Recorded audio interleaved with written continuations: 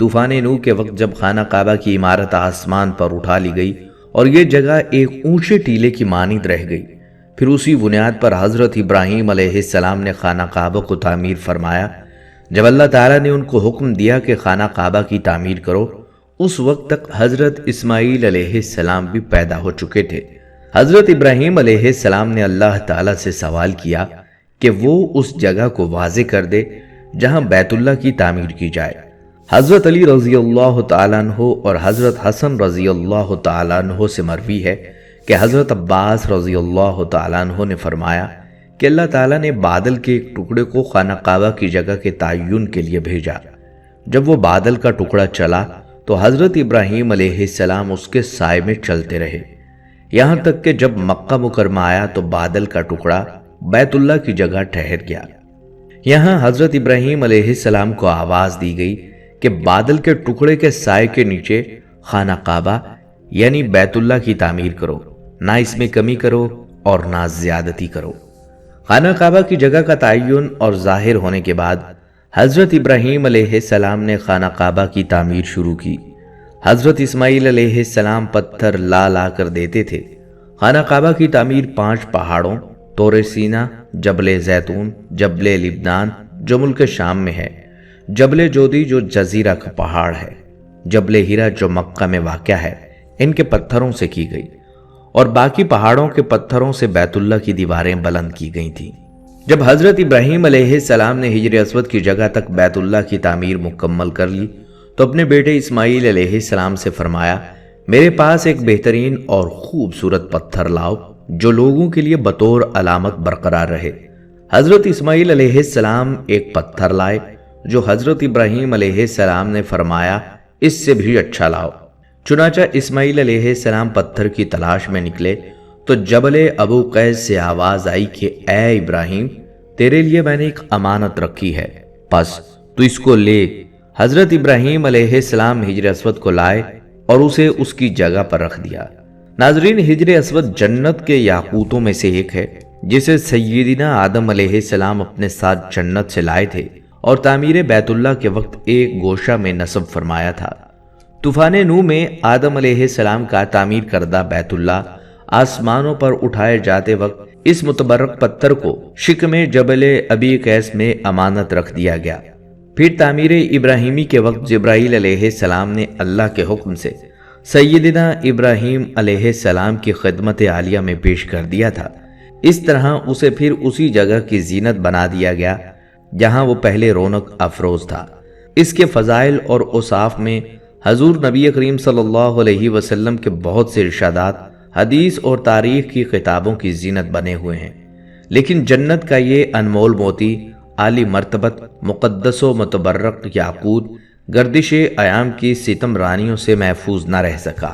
متعدد بار اسے فساق و فجار ظالموں کے ہاتھوں تختہ مشق بننا پڑا، بارہا حوادث کا شکار ہوا اور اس کے نازنین بدن پر کتنی ہی مرتبہ زخم آئے۔ طوفان نوح علیہ السلام میں آدم علیہ السلام کا تعمیر کردہ بیت اللہ آسمانوں پر اٹھائے جاتے وقت اس متبرک پتھر کو شکم جبل ابی قیس میں امانت رکھ دیا گیا۔ پھر تعمیر ابراہیمی کے وقت جبرائیل علیہ السلام نے اللہ تعالیٰ کے حکم سے سیدنا ابراہیم خلیل اللہ علیہ السلام کی خدمت عالیہ میں پیش کر دیا تھا۔ اس طرح اسے پھر اسی جگہ کی زینت بنا دیا گیا جہاں پہلے رونق افروز تھا۔ تاریخ میں کم از کم 6 ایسے واقعات ملتے ہیں جب حجر اسود کو چوری کیا گیا یا اس کو توڑنے کی کوشش کی گئی۔ ہو سکتا ہے اس کے حوادث کی تعداد اس سے بھی زیادہ ہو۔ اسلامی روایات کے مطابق جب ابراہیم علیہ السلام اور ان کے بیٹے حضرت اسماعیل علیہ السلام خانہ کعبہ کی تعمیر کر رہے تھے تو جبرائیل علیہ السلام یہ پتھر جنت سے لا کر دیا، جسے حضرت ابراہیم علیہ السلام نے اپنے ہاتھوں سے دیوار کعبہ میں نصب کیا۔ حضرت ابراہیم علیہ السلام کے بعد سب سے پہلے قبیلہ بنی جرہم کے متعلق ملتا ہے کہ ان لوگوں نے حجر اسود کے ساتھ چھیڑ چھاڑ کی تھی۔ تاریخ میں ہے کہ جب بنو بکر بن عبد مناح نے قبلہ جرہم کو مکہ سے نکلنے پر مجبور کیا تو انہوں نے مکہ سے بے دخل ہوتے ہوئے کعبہ میں رکھے 2 سونے کے بنے ہرنوں کے ساتھ حجر اسود کو کعبہ کی دیوار سے نکال کر زمزم کے کنویں میں دفن کر دیا اور مجبوراً یمن کی جانب کوچ کر گئے۔ اللہ تعالیٰ کی حکمت دیکھیے کہ یہ پتھر زیادہ عرصے زمزم کے کنویں میں نہیں رہا۔ جس وقت بنو جرہم کے لوگ ہجر اسود کو زمزم کے کنویں میں چھپا رہے تھے، ایک عورت نے انہیں ایسا کرتے ہوئے دیکھ لیا تھا۔ اس عورت کی نشاندہی پر ہجر اسود کو زمزم کے کنویں سے بازیاب کرا کے نصب کر دیا گیا۔ اس کے بعد سن 696 عیسوی میں جب حضرت عبداللہ بن زبیر رضی اللہ تعالیٰ عنہ خانہ کعبہ میں پناہ گزین ہوئے تو حجاج بن یوسف کی فوج نے کعبے پر منجنیق مشینوں سے پتھر برسائے اور پھر آگ لگا دی، جس سے ہجر اسود کے 3 ٹکڑے ہو گئے۔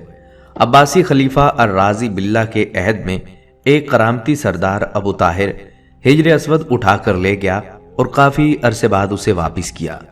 ابو طاہر نامی شخص کی قیادت میں کرامتین نے 317 ہجری میں مکہ مکرمہ کا محاصرہ کر لیا اور مسجد الحرام جیسے مقدس مقام پر تقریباً 700 انسانوں کو قتل کیا اور زمزم کے کنویں کو اور مسجد الحرام کے احاطے کو انسانی لاشوں اور خون سے بھر دیا۔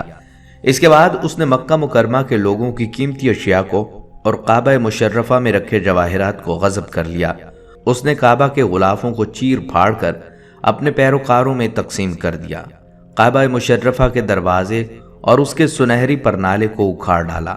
اور پھر بات یہیں ختم نہیں ہوئی، بلکہ 7 ذوالحجہ 317 ہجری کو ابو طاہر نے ہجر اسود کو کعبہ مشرفہ کی دیوار سے الگ کر دیا اور اس کی جگہ کو خالی چھوڑ دیا اور اس کو موجودہ دور میں یعنی جو علاقہ بحرین کہلاتا ہے وہاں منتقل کر دیا۔ یہ ہجر اسود کا ایک نہایت تکلیف دہ دور تھا۔ تقریباً 22 سال ہجر اسود کعبہ شریف کی دیوار سے جدا رہا۔ اس دور میں کعبہ مشرفہ کا طواف کرنے والے صرف اس کی خالی جگہ کو چومتے یا اس کا استعلام کیا کرتے تھے۔ اس واقعے کی تفصیل سلطنت عثمانیہ کے تاریخ دان قطب الدین نے بیان کی ہے، جس کا خلاصہ یہاں پیش کیا جاتا ہے۔ کرامتی ایک فرقہ تھا جس کے عقائد مرکزی اسلام کے دائرے سے بہت ہٹے ہوئے تھے۔ اس فرقے سے تعلق رکھنے والے ایک جنگی سردار ابو طاہر الجنابی نے بحرین کے شہر ہجر موجودہ نام قطیف میں ایک عمارت بنوائی اور اس کا نام دار الحجرہ رکھا۔ اس کا مقصد یہ تھا کہ لوگ مکہ جا کر خانہ کعبہ کا حج ترک کر دیں اور اس کی بجائے اس کے دار الحجرہ میں آیا کریں۔ اس مقصد کے لیے اس نے 930 میں اپنی فوج کے ساتھ مکہ کا رخ کیا اور حج کے پہلے روز اپنے مسلح سپاہیوں سمیت گھوڑے پر سوار ہو کر حرم میں داخل ہو گیا اور سپاہیوں کو حکم دیا کہ وہ طواف کرتے ہوئے حاجیوں کو تلوار کے گھاٹ اتارتے جائیں۔ اس کی فوج نے حاجیوں کی لاشوں سے آب زمزم کا کنواں پاٹ دیا۔ تاریخ کی کتابوں میں لکھا ہے کہ اس قتل عام میں 30,000 کے قریب حاجی مارے گئے تھے۔ قطب الدین نے اپنی کتاب میں لکھا ہے کہ ابو طاہر اس وقت نشے میں دھت تھا اور اس نے اسی حالت میں کعبہ کا دروازہ اکھاڑ ڈالا اور چیخا، بخدا یہ میں ہوں، خدا پیدا کرتا ہے اور میں مارتا ہوں۔ ابو طاہر نے حاجیوں کا مال و اسباب لوٹ لیا اور ان کی عورتوں کو بچوں کو اپنے سپاہیوں میں تقسیم کر دیا۔ اسے مقام ابراہیم کی تلاش تھی، لیکن کعبہ کے متولیوں نے اسی افراتفری کے دوران اسے چھپا لیا تھا، اسی لیے وہ اسے نہیں ملا۔ مشہور مفسر اور مورخ ابن قصیر کی مشہور تاریخ کی جلد 11 میں اس کے بعد کے واقعے کا ذکر کرتے ہیں۔ پھر اس نے ہجر اسود کو اکھاڑنے کا حکم دیا۔ اس وقت ایک شخص نے آ کر اپنے ہاتھ کی ایک بھاری چیز سے اس پر ضرب لگائی اور کہا، کہاں ہے اطیرن ابابیل اور کہاں ہے حجارتم من سجیل۔ ابو طاہر ہجر اسود کو اونٹ پر لدوا کر اپنے شہر کی طرف چل پڑا۔ ابن کثیر لکھتے ہیں جب کرامتی اس ہجر اسود کو لے کر اپنے شہر کو روانہ ہوا تو اس وقت امیر مکہ اور اس کے اہل بیت سب اس کے پیچھے پیچھے روانہ ہوئے اور اس سے درخواست کی، سفارشیں پہنچائیں کہ وہ ہجر اسود واپس کر دے تاکہ اپنی جگہ پر رکھ دیا جائے، اور اس کے عوض اپنی ساری جائیداد دینے کی پیشکش کی، مگر اس نے ایک نہ سنی اور سب کو ہلاک کر ڈالا۔ طاہر ہجر اسود کو اپنے ساتھ بحرین لے گیا اور اسے اپنی تعمیر کردہ عمارت میں رکھوا دیا۔ ہجر اسود 22 سال تک اس کی تحویل میں رہا۔ تاہم ابو طاہر کی یہ امید کہ اب شہر کے لوگ آ کر یہاں حج کیا کریں گے پوری نہیں ہوئی۔ لوگ اب بھی خانہ کعبہ جاتے رہے اور ہجر اسود کی خالی جگہ کو چومتے رہے۔ پھر اللہ تعالیٰ کی مشیت دیکھیے کہ 22 سال بعد 10 ذوالحجہ 339 ہجری کو کرامتین قبیلے سے ایک آدمی نے ہجر اسود کو آزاد کرایا اور واپس ہجر اسود کے اصل مقام پر پیوست کروا دیا۔ کہا جاتا ہے کہ جب ابو طاہر چیچک کا شکار ہو کر 38 برس کی عمر میں مر گیا تو اس کا جانشین سمر ابن الحسن قرامتی 20 مئی 951 کو ہجر اسود لے کر مدینہ لے آیا۔ اس موقع پر مکہ کے حکمران جعفر محمد ابن عبد العزیز بھی موجود تھے، جنہوں نے دیکھا کہ ہجر اسود کو چاندی کی تاروں سے باندھا ہوا ہے، کیونکہ اس دوران اس میں 5 دراڑیں پڑ گئی تھیں۔ حسن ابن المرزوق نامی معمار نے یہ پتھر اپنی جگہ پر نصب کیا۔ سمر نے اس واقعے پر کہا، ہم اسے خدا کی طاقت سے لے گئے تھے اور اس کی مرضی سے واپس کر رہے ہیں۔ وہ اسے اپنے حکم سے لے گیا تھا اور اپنے حکم سے ہی واپس کر دیا۔ دوسری کتابوں میں آتا ہے اس وقت کے عباسی خلیفہ المقتدر نے قرامتیوں کو ہجر اسود واپس کرنے کے لیے 50,000 درہم کی پیشکش کی تھی، مگر انہوں نے اسے مسترد کر دیا۔ ہجر اسود کی غیر موجودگی کے 21 برسوں کے دوران حج بڑی حد تک معطل رہا، کیونکہ قرامتی حاجیوں کے قافلوں کو لوٹ لیا کرتے تھے۔ مشہور و معروف مورخ ابن خلدون نے بھی اپنی تاریخ میں اس کا ذکر کیا ہے۔ وہ اس کتاب کی جلد 4 میں لکھتے ہیں کہ قرامتیوں نے خانہ کعبہ کا دروازہ توڑ ڈالا، ایک شخص میزاب اتارنے کے لیے خانہ کعبہ پر چڑھا اور گر کر مر گیا۔ مقتولین کچھ تو چاہے زمزم میں پھینک دیے گئے، باقی ماندگان کو مسجد حرام میں جہاں مارا گیا اسی مقام پر بلا غسل و نماز جنازہ اور کفن دفن کر دیا گیا۔ غلاف کعبہ کو اپنے ہمراہیوں میں تقسیم کر دیا اور اہل مکہ کے مکانات کو لوٹ لیا۔ اس وقت ایک مسئلہ یہ ضرور درپیش آیا کہ واقعی یہ اصل ہجر اسود ہے یا نہیں، تو اس وقت مسلمانوں کے ایک دانشور نے کہا کہ میں اس کو ٹیسٹ کر کے بتاؤں گا کہ یہی اصل ہجر اسود ہے یا نہیں، کیونکہ اس نے اس کے بارے میں احادیث کا مطالعہ کر رکھا ہے۔ اس نے ہجر اسود پر آگ لگائی تو ہجر اسود کو آگ نہیں لگی اور نہ ہی وہ گرم ہوا۔ پھر اس نے اس کو پانی میں ڈبویا تو یہ پتھر ہونے کے باوجود اپنی خصلت کے برخلاف پانی میں ڈوبا نہیں، بلکہ سطح آب پر ہی تیرتا رہا۔ اس سے ظاہر ہو گیا کہ یہ اصل جنت کا پتھر ہی ہے، کیونکہ جنت کے پتھر کا آگ سے اور غرق یابی سے بھلا کیا تعلق ہو سکتا ہے۔ ناظرین، کہا جاتا ہے کہ جب یہ فیصلہ ہوا کہ ہجر اسود کو واپس کیا جائے گا تو اس سلسلے میں خلیفہ وقت نے ایک بہت بڑے عالم اور محدث شیخ عبداللہ کو ہجر اسود کی وصولی کے لیے ایک وفد کے ساتھ بحرین بھجوایا۔ یہ واقعہ علامہ سیوطی کی روایت سے اس طرح نقل کیا گیا ہے کہ جب شیخ عبداللہ بحرین پہنچ گئے تو بحرین کے حاکم نے ایک تقریب کا اہتمام کیا، جس میں ہجر اسود کو ان کے حوالے کیا گیا اور ایک پتھر خوشبودار اور خوبصورت غلاف میں سے نکالا کہ یہ ہجر اسود ہے، اسے لے جائیں۔ محدث عبداللہ نے فرمایا، نہیں، بلکہ ہجر اسود کی 2 نشانیاں ہیں، اگر یہ پتھر اس معیار پر پورا اترا تو یہ ہجر اسود ہوگا اور ہم لے جائیں گے۔ پہلی نشانی یہ ہے کہ پانی میں ڈوبتا نہیں، دوسری یہ کہ آگ سے گرم نہیں ہوتا۔ اب اس پتھر کو جب پانی میں ڈالا گیا تو ڈوب گیا اور آگ میں ڈالا تو سخت ہو گیا۔ فرمایا کہ ہم اصل ہجر اسود کو لے کر جائیں گے۔ پھر اصل ہجر اسود لایا گیا اور آگ میں ڈالا گیا تو ٹھنڈا نکلا، پھر پانی میں ڈالا، وہ پھول کی طرح پانی کے اوپر تیرنے لگا۔ محدث عبداللہ نے فرمایا، یہی ہمارا ہجر اسود ہے اور یہی خانہ کعبہ کی زینت ہے اور یہی جنت والا پتھر ہے۔ یہ سب دیکھ کر ابو طاہر سلیمان کرامتی نے بڑے تعجب سے محدث عبداللہ سے پوچھا کہ آپ کو یہ باتیں کہاں سے معلوم ہوئیں؟ محدث عبداللہ نے جواب دیا کہ ہمیں یہ معلومات آقا محمد مصطفیٰ صلی اللہ علیہ وسلم سے ملی ہیں کہ ہجر اسود پانی میں ڈوبے گا نہیں اور آگ سے گرم نہیں ہوگا۔ اس کے بعد جب قافلہ مکہ کی جانب واپس روانہ ہوا تو ہجر اسود کو ایک کمزور اونٹنی پر رکھا گیا، جس نے تیز رفتاری سے اسے خانہ کعبہ تک پہنچا دیا۔ ہجر اسود کی وجہ سے اس اونٹنی میں زبردست طاقت آ گئی تھی، کیونکہ ہجر اسود اپنے مرکز بیت اللہ کی طرف واپس جا رہا تھا۔ کہا جاتا ہے کہ ہجر اسود کو بیت اللہ سے نکال کر بحرین لایا جا رہا تھا تو جس اونٹ پر بھی رکھا جاتا وہ کچھ فاصلے کے بعد مر جاتا، حتیٰ کہ بحرین پہنچانے تک 40 اونٹ مر گئے تھے۔ ناظرین، اسی طرح سن 363 ہجری میں ایک رومی شخص نے اپنے کلہاڑے سے ہجر اسود پر کاری ضرب لگائی، جس سے اس پر چٹکنے کا نشان واضح پڑ گیا۔ اس نے دوسری شدید ضرب لگانے کے لیے جیسے ہی اپنے کلہاڑے کو اٹھایا، اللہ سبحانہ تعالیٰ کی مدد آن پہنچی اور قریب ہی موجود ایک یمنی شخص نے، جو اس کی گھناؤنی کاروائی دیکھ رہا تھا، چشمے زدن اس نے اس کا قتل کر ڈالا اور اس کی ہجر اسود پر دوسری ضرب لگانے کی خواہش دل میں ہی رہ گئی۔ اس کے بعد سن 413 ہجری میں فاطمید نے اپنے 6 پیروکاروں کو مکہ بھیجا، جس میں سے ایک الحاکم العبیدی تھا جو ایک مضبوط جسم کا مالک، سنہرے بالوں والا، طویل قد و قامت والا انسان تھا۔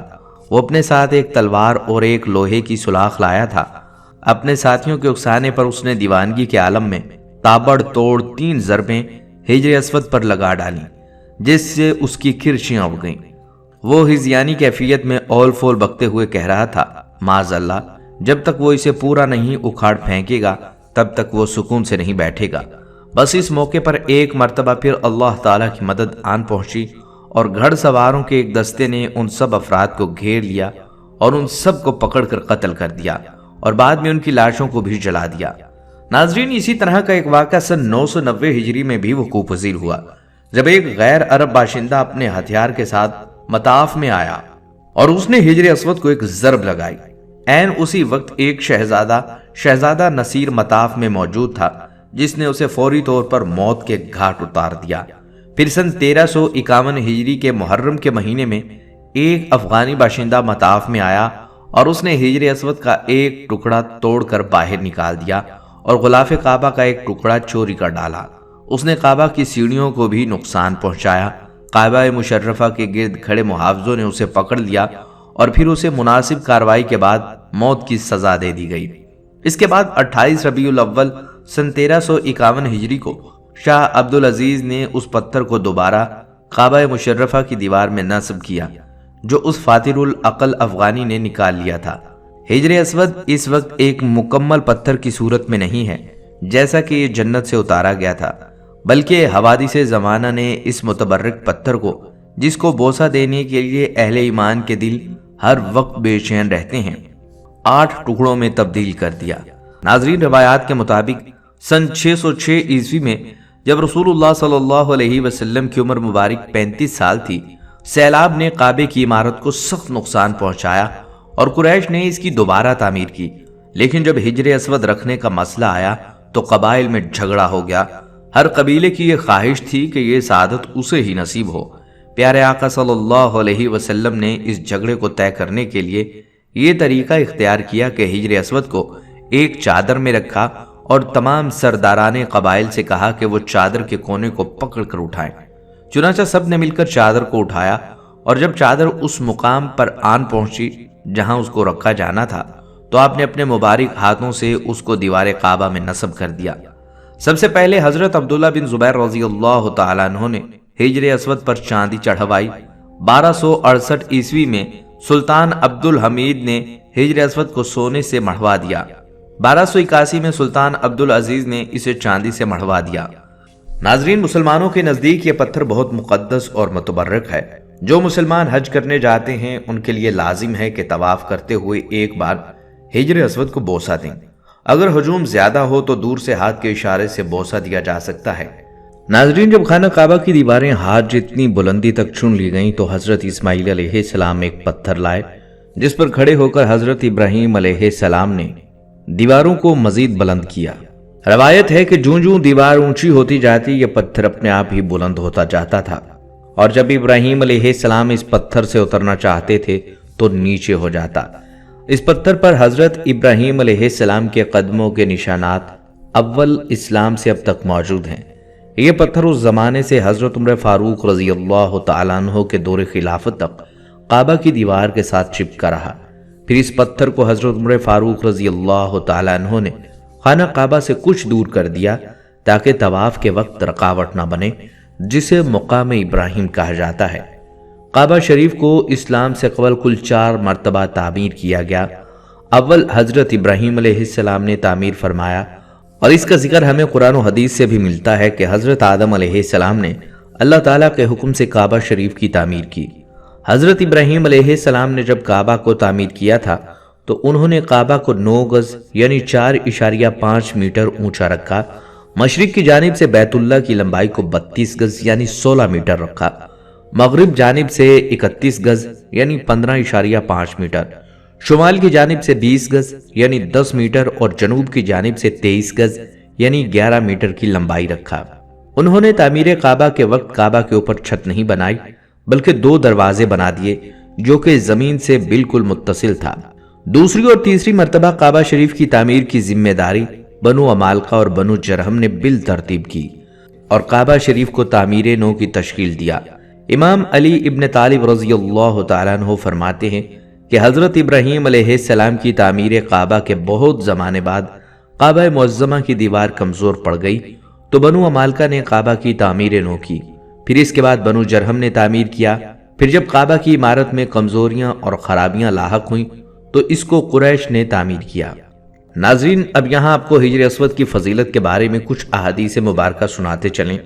پیارے آقا حضرت محمد صلی اللہ علیہ وسلم نے فرمایا، ہجر اسود جنت سے آیا ہوا پتھر ہے، یہ دودھ سے زیادہ سفید تھا، بنو آدم کے گناہوں نے اس کو کالا کر دیا۔ بعض روایات سے معلوم ہوتا ہے کہ اس مبارک پتھر کا وہ حصہ جو دیوار کے اندر ہے وہ سفید ہی ہے، جیسا کہ حضرت مجاہد فرماتے ہیں جب حضرت عبداللہ بن زبیر رضی اللہ تعالیٰ عنہ نے بیت اللہ کو دوبارہ تعمیر کی غرض سے منہدم کیا تو میں نے دیکھا کہ ہجر اسود کا وہ حصہ جو دیوار کے اندر تھا وہ سفید تھا۔ معلوم ہوا کہ گناہوں کے سبب صرف بیرونی حصہ سیاہ ہوا ہے اور اس وجہ سے اس کو ہجر اسود یعنی کالا پتھر کہا جاتا ہے۔ جب بیت اللہ کی تعمیر اس جگہ تک پہنچی جہاں ہجر اسود نصب ہونا تھا تو قریش میں اختلاف پیدا ہو گیا۔ قبیلے کی ہر شاخ کے لوگ یہ چاہتے تھے کہ ہجر اسود نصب کرنے کا شرف انہی کو حاصل ہو۔ یہ اختلاف اتنا بڑھا کہ نوبت کی تال تک آن پہنچی، تلواریں میانوں سے نکل آئیں۔ اتنے میں ابو امیہ مخزومی جو قریش کے معمر شخص تھے اٹھے اور کہنے لگے، ہمارے درمیان اس نزاع کا فیصلہ وہ شخص کرے گا جو کل سب سے پہلے بنو شیبہ دروازے سے حرم میں داخل ہوگا۔ اس بات پر سب متفق ہو گئے۔ ادھر فیصلہ خداوندی ہو چکا تھا کہ اس کے ہونے والے نبی صلی اللہ علیہ وآلہ وسلم اس شرف سے بہرہ ہوں گے۔ چنانچہ اگلے دن سب سے پہلے داخل ہونے والی ذات ہمارے نبی صلی اللہ علیہ وسلم کی تھی۔ لوگوں نے آپ کو دیکھا اور بیک آواز کہا، یہ امین ہیں، ہم ان کے فیصلے پر راضی ہیں۔ آپ صلی اللہ علیہ وسلم کو صورتحال سے باخبر کیا گیا۔ آپ صلی اللہ علیہ وسلم نے چادر طلب کی اور دست مبارک سے ہجر اسود کو اٹھا کر اس کے درمیان رکھ کر فرمایا، ہر قبیلے کا سردار چادر کے کونوں کو پکڑ کر اس کو وہاں تک پہنچا دے۔ تب تک آپ صلی اللہ علیہ وسلم نے دست مبارک سے اس پتھر کو اٹھا کر اس کی جگہ پر نصب فرما دیا۔ آپ کے اس حکیمانہ فیصلے پر سب نے رضامندی اور خوشی کا اظہار کیا۔ حضرت عبداللہ بن عمر رضی اللہ تعالیٰ عنہ بیان کرتے ہیں کہ میں نے نبی صلی اللہ علیہ وآلہ وسلم کو یہ فرماتے سنا، بلا شبہ اسود اور مقام ابراہیم جنت کے یاقوتوں میں سے یاقوت ہیں۔ اللہ تعالیٰ نے ان کے نور اور روشنی کو ختم کر دیا ہے۔ اگر اللہ تعالیٰ اس روشنی کو ختم نہ کرتا تو مشرق و مغرب کا درمیانی حصہ روشن ہو جاتا۔ حضرت ابن عباس رضی اللہ تعالیٰ عنہ بیان کرتے ہیں کہ نبی صلی اللہ علیہ وسلم نے فرمایا، ہجر اسود جنت سے نازل ہوا ہے۔ جابر بن عبداللہ رضی اللہ تعالیٰ عنہ بیان کرتے ہیں کہ رسول اللہ صلی اللہ علیہ وسلم جب مکہ مکرمہ تشریف لائے تو ہجر اسود کا استلام کیا اور پھر اس کے دائیں جانب چل پڑے اور 3 چکروں میں رمل کیا اور باقی 4 میں آرام سے چلے۔ بہوالا صحیح مسلم حدیث نمبر 1218۔ ہجر اسود کا استلام یہ ہے کہ اسے ہاتھ سے چھوا جائے۔ نبی صلی اللہ علیہ وسلم نے ہجر اسود کا بوسہ لیا اور امت بھی نبی صلی اللہ علیہ وآلہ وسلم کی اتباع میں اسے چومتی ہے۔ اگر اس کا بوسہ نہ لیا جا سکے تو اپنے ہاتھ یا کسی اور چیز سے استلام کر کے اسے چوما جا سکتا ہے۔ نافع رحمۃ اللہ علیہ بیان کرتے ہیں کہ ابن عمر رضی اللہ تعالیٰ عنہ نے ہجر اسود کا استلام کیا اور پھر اپنے ہاتھ کو چوما اور فرمانے لگے، میں نے جب سے نبی صلی اللہ علیہ وسلم کو یہ کرتے ہوئے دیکھا ہے میں نے اسے نہیں چھوڑا۔ ابو طفیل رضی اللہ تعالیٰ عنہ بیان کرتے ہیں کہ میں نے آپ صلی اللہ علیہ وسلم کو دیکھا کہ آپ بیت اللہ کا طواف کر رہے تھے اور ہجر اسود کا چھڑی کے ساتھ استلام کر کے چھڑی کو چومتے تھے۔ ناظرین، ہجر اسود کو چھونا گناہوں کا کفارہ ہے۔ اس کے بارے میں ابن عمر رضی اللہ تعالیٰ عنہ بیان کرتے ہیں کہ نبی صلی اللہ علیہ وسلم نے فرمایا، ان کا چھونا گناہوں کا کفارہ ہے۔ امام ترمذی نے اسے حسن اور امام حاکم نے صحیح قرار دیا ہے اور امام ذہبی نے اس کی موافقت کی ہے۔ ناظرین، ہجر اسود کی فضیلت کے لیے یہ بات کافی ہے کہ نبی کریم صلی اللہ علیہ وسلم کا دست مبارک اور مبارک ہونٹ اس پر لگے ہیں۔ مذکور ہے کہ عمر بن خطاب نے ہجر اسود کو بوسہ دیا اور فرمایا، مجھے یقین ہے کہ تو ایک پتھر ہے جو نقصان دے سکتا ہے نہ نفع۔ اگر میں نے رسول اللہ صلی اللہ علیہ وسلم کو تجھے بوسا ہوئے نہ دیکھا ہوتا تو تجھے کبھی بوسا نہ دیتا۔ عبداللہ بن عمر بن عاص رضی اللہ تعالیٰ عنہ نے اپنے کانوں پر ہاتھ رکھ کر 3 دفعہ فرمایا، میں اللہ کی قسم کھاتا ہوں کہ میں نے رسول اللہ صلی اللہ علیہ وسلم کو فرماتے ہوئے سنا ہے، حجر اسود اور مقام ابراہیم جنت کے 2 چمکدار پتھر ہیں، لیکن اللہ تعالیٰ نے ان کا نور ختم کر دیا ہے۔ اگر اللہ تعالیٰ ان کا نور ختم نہ کرتا تو یہ زمین و آسمان کے درمیان یا مشرق و مغرب کے درمیان پوری دنیا کو روشن کر دیتے۔ سیدنا ابراہیم علیہ السلام نے کعبہ بنا لیا، مگر ایک پتھر کی جگہ باقی تھی۔